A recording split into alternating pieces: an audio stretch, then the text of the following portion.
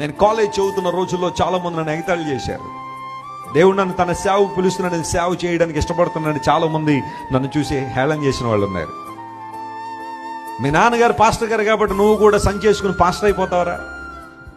మేము చూడు బాగా చదువుకుని సాఫ్ట్వేర్ ఇంజనీర్లు అవుతాం, ప్రపంచంలో ఎక్కడో చోట సెటిల్ అవుతాం, ఉన్నతమైన స్థానాల్లో మేము ఉంటాం అని చాలా మంది నన్ను చూసి హేళన చేశారు. కానీ నేను చెప్పాను ఒకటే, మీరు ఎక్కడైనా ఉన్న ప్రపంచంలో మీరు ఏ స్థానానికి వెళ్ళండి, కానీ నా దేవుడు నన్ను మాత్రం ఎప్పుడు విడిచిపెట్టాడు.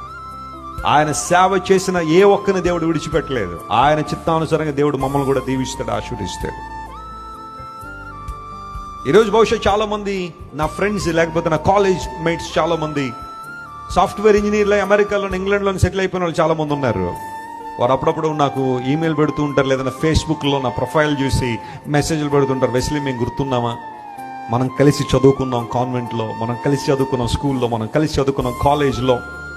ఈరోజు నేను చూస్తూ ఉంటే చాలా మాకు ఆనందంగా ఉంది. మా వాళ్ళందరూ చెప్తున్నాం, జాన్ వెస్లీ గారు మా ఫ్రెండ్, మేమిద్దరం కలిసి చదువుకున్నాను. చాలా మంది చెప్పేస్తున్నాను, నేను ఎప్పుడైనా అమెరికా వస్తే, ఎప్పుడైనా యూకే వస్తే ఒకసారి మా ఇంటికి వచ్చి మా కోసం ప్రార్థన చేయి.